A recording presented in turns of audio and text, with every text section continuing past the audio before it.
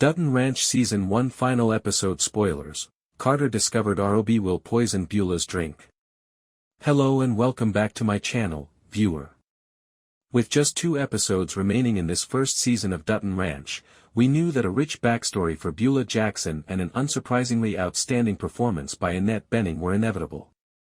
A flashback, a technique that was utilized infrequently on Yellowstone, introduces the episode. Here, Beulah, Rebecca Robles, and her 2 companions, who are in their 20s, are dropped off at Beulah'S, Texas, a country bar with a riding bull. Bobby Soto, Joaquin's father, Mariano, is the driver assigned to watch out for her.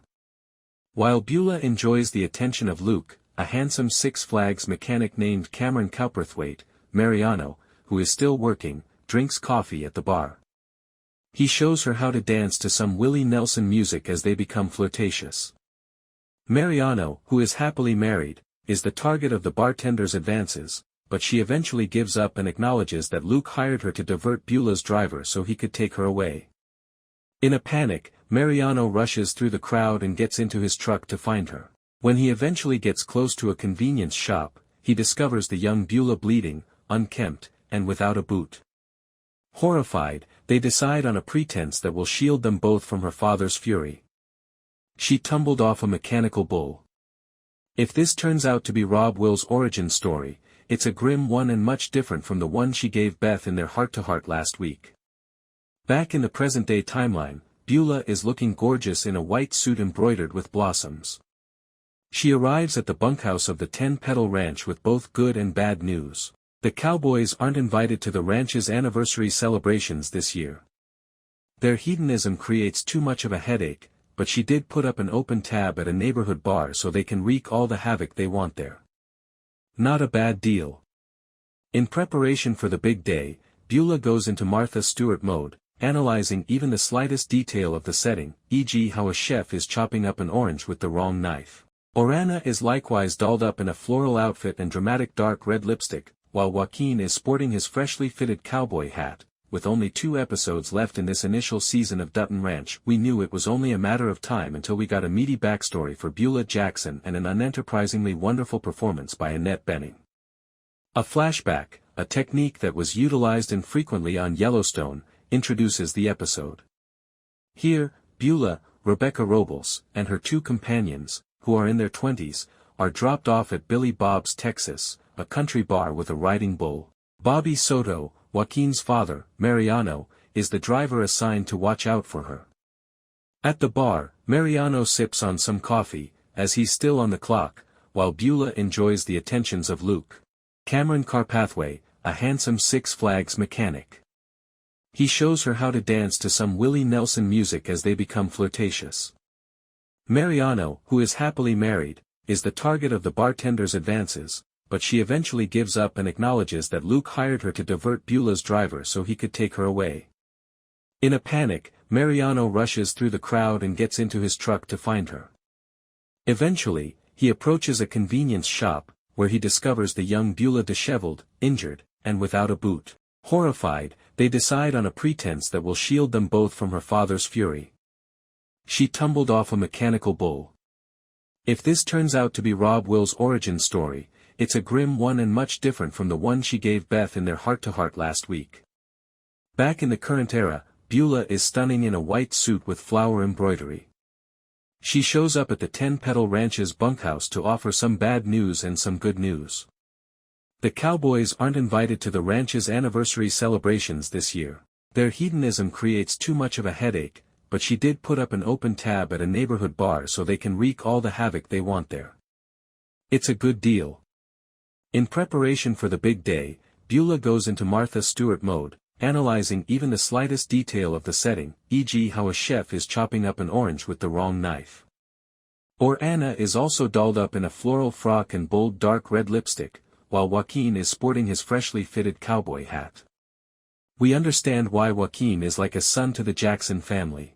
Beulah and Joaquin's father shared a history that has seen them through some pretty trying times. Nevertheless, Beulah's choice of Rob Will as her successor does little to highlight the gravity of her treachery. I'm disappointed for him since it's supposed to be massive, but I don't really care. The Jacksons were the adversaries during our few interactions with them, and we haven't had enough time to support any of them. The program presents a new, terrible, and unimpressive menace as it attempts to move away from that for the time being. Rob Will has been making sporadic appearances, but when we first saw him in the series premiere, he was just another typical junkie, unpredictable, jittery, and deadly. After his spell in rehab, he returns with a mission to take over 10p, even though no one wants him to. The character hasn't captured my attention in the last 6 episodes, but this hour does a better job of making him seem more crafty.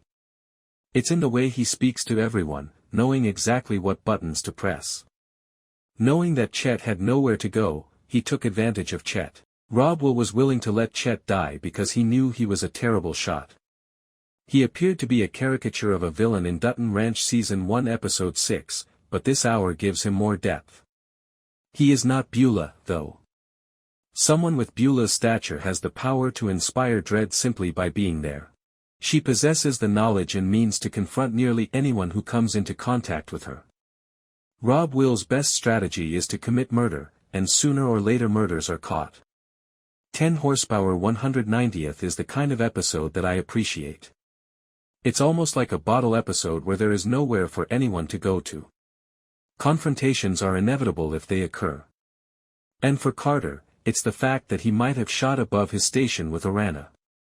This whole Carter-Orana scenario appears like a side plot that one can see from Mars. The show has consistently hinted at how disastrous it will be, so it hasn't kept it a secret. So, when Orana meets someone who's more her pace, and Carter grows envious, it's not surprising. However, I simply don't get what they're doing with Carter's tale. Dutton Ranch hardly sounds like the kind of show to examine teen relationships, even though it's beneficial for a young man to have his heart crushed to pieces and toughen him up. The evening is all leading up to Beulah's major speech. She finally gets on stage with a whiskey in hand and decides, at the last minute, not to read the speech she had planned out. With everyone watching intently, she buckles to Rob Will's threats, I presume to protect Joaquin, and proclaims Rob Will as the official successor of the 10-petal empire. Joaquin, obviously upset, leaves promptly, though not without experiencing a couple more of Rob Will's remarks on his way out. Almost everything Beth and Rip have labored to achieve thus far will undoubtedly be disrupted by Jackson Science's new position of authority. Zane, who is naturally taken by surprise, is also not doing well. His restaurant arrangement was with Beulah directly, not with her wild son, whom Zane knows is an addict. There's no time for Zane to get a straight answer from Beulah, however, since in steps an intoxicated Carter. He smashes the enormous taxidermy goat's head he is carrying to the ground so that everyone may see it. Rip doesn't hesitate to grab him by the collar and yank him out, but the jolt fires off what looks like a stroke for Teeter, who immediately drops out. This night is proving awful on every level. Before the episode finishes, we get another flashback in which Mariano discovers Teeter slumped in the bathroom with a positive pregnancy test. That's just what I thought. Mariano takes her to Luke's place, where she was beaten. It turns out that she isn't there to confront him about the pregnancy. She's there to get her other boot and to shoot him. That's one way to exact revenge. The Dutton Ranch last week was significant since Rip and Beth are now employed by Teeter at the 10-petal ranch. However, things won't be simple because Rob Will, Jai Courtney, has broken out of rehab and will start causing problems right away. This week's routine Tootin' episode is worth analyzing, so let's get in the saddle. I've experienced what I feared. Dutton Ranch has betrayed us. Because of the show's history of overselling, I had an early suspicion that the Beth vs. Teeter feud was overstated. Rather than building arcs gradually, a plot takes off at full speed before losing steam in 1 or 2 episodes. As a result, the authors must change course and produce something original. To be honest, though, I'm not envious of the writers. Despite their exciting antics, Beth and Rip are unable to sustain this show on their own. Yellowstone required a lot of characters. However, in an effort to properly complete Beth and Rip's world, the show is assembling characters from all over the place rather than centering Dutton Ranch around its owners and employees. Jen Landon's departure from Dutton Ranch owing to creative disagreements caused controversy before to the season debut. Unfortunately, the lack of a clear creative vision is manifesting itself in the season as the show is unsure of its goals. It appears that it was originally intended to be a story about Dutton Ranch vs 10p, but at some point someone made the decision to alter it. Dutton Ranch Season 1 Episode 7 Den of Sin seems like a reset after burning through a season's worth of content in just 6 episodes. At the 10 horsepower 190th anniversary celebration, the real adversary emerges from hiding, completing the transition. In the end, I'm both intrigued and disappointed. The fascination stems from the possibility that they were able to keep things fascinating, while the disappointment stems from seeing through everything the show was attempting to achieve. The depth of Beulah and Joaquin's bond is revealed in the cold open, a flashback. Instead of putting elderly individuals in strange makeup or, worse, utilizing AI to de-age them, it's wonderful to see a show invest in recruiting younger actors to play younger versions of characters. Despite Annette Bening's skill as an actress, I don't think she could play Beulah like Rebecca Road via closed captioning as Mariana Reyes.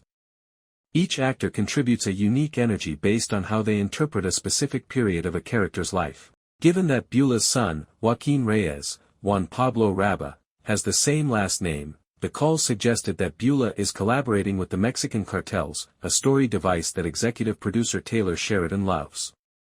However, viewers developed an even stronger bond after the program aired.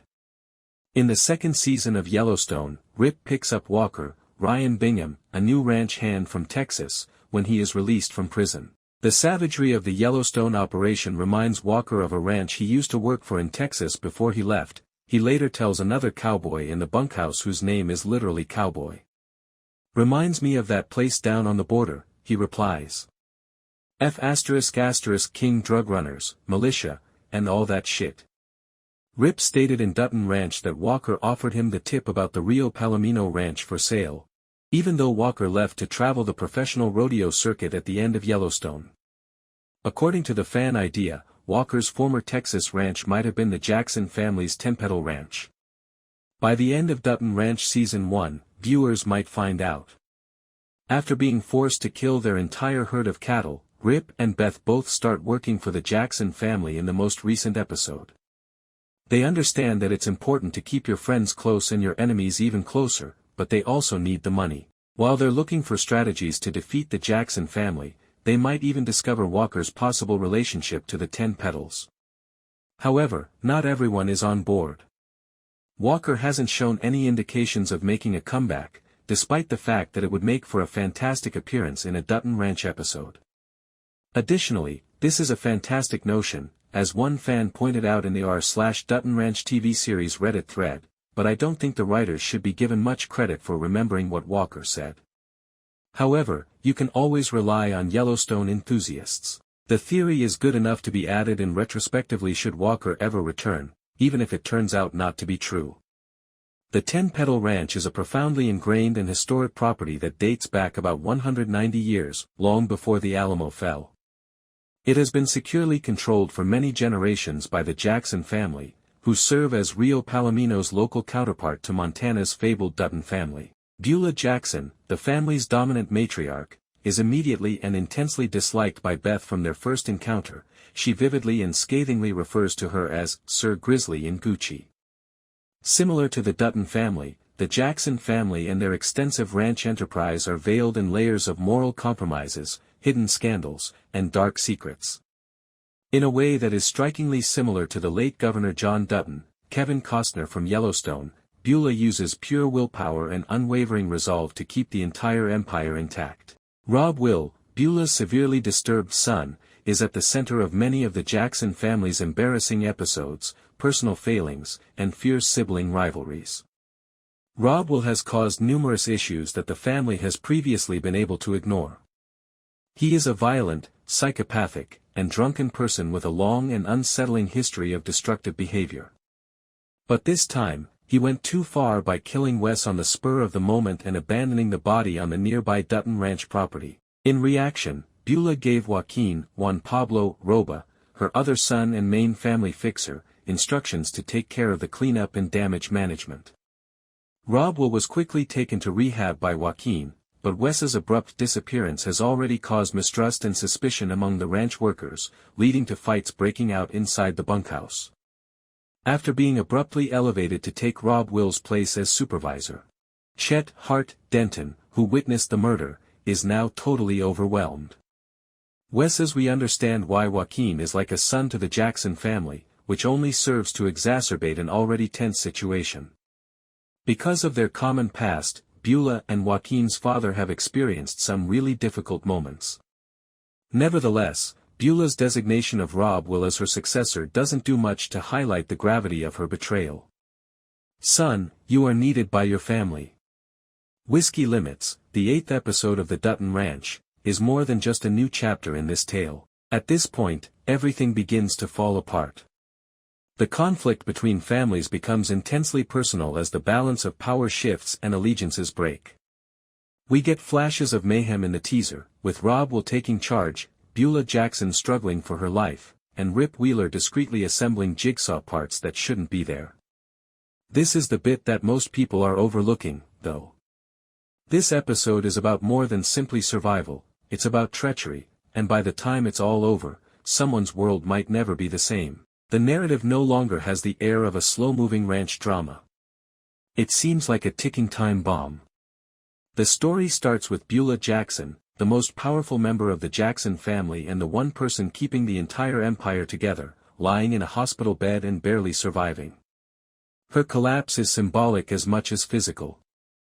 The entire system of power starts to come apart as soon as she does. Because Beulah was more than simply a leader, she was control and balance, and without her, that equilibrium vanishes in an instant. Rob Will Jackson comes in now. At last, he achieves his goals: authority, power, leadership, and control over the 10-petal ranch. However, the teaser subtly alludes to a problem. Rob Will is not a trustworthy man, and control does not equate to loyalty. He doesn't deserve obedience, he demands it. Additionally, such type of leadership is risky on a ranch where survival depends on unity, experience, and trust. Everything might collapse from the inside out with a single poor choice or careless action. Joaquin was in the shadows at the same moment, the sibling who has been ignored, the one who knows the ranch, and the one who ought to have been selected. He now has to make a decision that could alter everything. Remain mute or retaliate. However, something much more perilous is taking place on the other side as the Jackson family starts to fall apart on the inside. Rip Wheeler has stopped responding. He's reflecting. Rip sees more than just bloodshed following the horrific attack on Rio Paloma. He notices subtleties, trends, and incomprehensible errors. And gradually, piece by piece, he begins to understand something horrifying. This was more than an assault. This was premeditated from within. Someone who was familiar with the ranch, who recognized its vulnerabilities, and who knew just when and when to attack. This indicates that the enemy is no longer outside. The gates are already breached by the enemy. And everything will blow up the second Rip reveals that fact. The majority of viewers completely ignore one detail in the trailer. However, it alters our perception of the entire episode. Beth Dutton is doing something quite different from Rip, who is concentrated on finding the traitor. She is not focusing on the actual attack. She is examining the cause of it. And that distinction is crucial. Because Beth is the most knowledgeable on one thing. The true story is rarely one of violence. It's money. Rio Paloma was not the target of a random attack. It was more than land or retaliation. It served a purpose. It was directed. Above all, it had a beneficiary. Beth starts looking into the financial aspect. Power changes, land transactions, and ownership arrangements. And she's probably going to discover something far more significant than a straightforward ranch battle. This could indicate that the Jackson family is not acting in isolation. There's a chance that a bigger force is supporting Rob Will or perhaps manipulating him. Someone who wishes to undermine both families. Someone who, after all is over, wants to be in charge. And all of a sudden, the narrative becomes far riskier. Because the attack, the betrayal, and even Beulah'S collapse may be connected in ways that no one is yet aware of if there is a hidden player behind all of this. At the same time, this notion of covert treachery is subtly reflected in Carter's plot. He had faith in Oriana. He had a genuine belief. However, the foundation of that trust was a falsehood. And now he finds himself shattered, furious, and utterly unstable. Carter represents the next generation, thus this is more important than it first appears. Additionally, he could become just as dangerous as those around him if he breaks now and makes the wrong decision.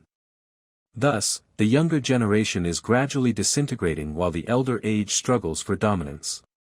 And it is precisely this combination that transforms conflict into anarchy. This is where things start to become pretty interesting.